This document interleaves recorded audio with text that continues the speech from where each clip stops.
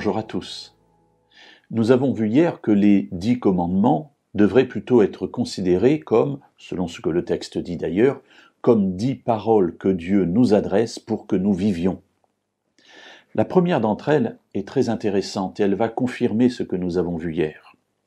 Le chapitre 20, le verset 2 nous dit « Je suis l'Éternel ton Dieu qui t'ai fait sortir du pays d'Égypte, de la maison de servitude, tu n'auras pas d'autre Dieu devant ma face. » Ainsi, avant même d'introduire ces fameuses paroles « tu feras ceci » ou « tu feras cela », Dieu se présente.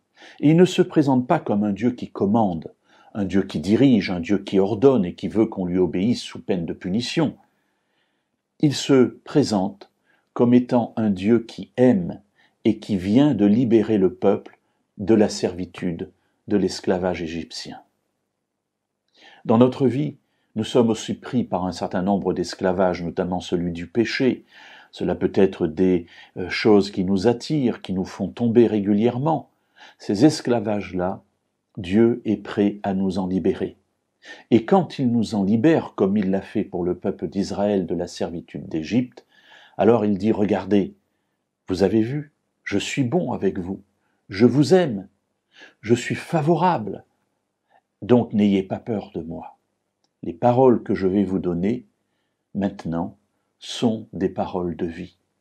Je suis celui qui vous a fait sortir du pays d'Égypte de la maison de servitude. Tu n'auras pas d'autre Dieu devant ma face. Laisse les autres dieux de côté, parce que eux sont des dieux silencieux. Moi, je t'ai manifesté de l'amour.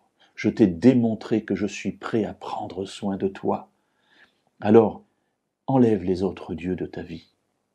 Éloigne de toi tout ce qui t'éloigne de moi, afin que nous puissions vivre une vie proche et que par mes paroles, je puisse te conduire sur le chemin qui mène à la vie éternelle. Voilà le sens des 10 paroles, de ces fameux 10 commandements. Paroles de vie données par un Dieu qui nous aime et qui se présente comme nous ayant déjà libérés de la servitude. C'est ce que Jésus a fait. C'est ce que le Messie a fait en venant sur la terre et en mourant pour chacun de nous.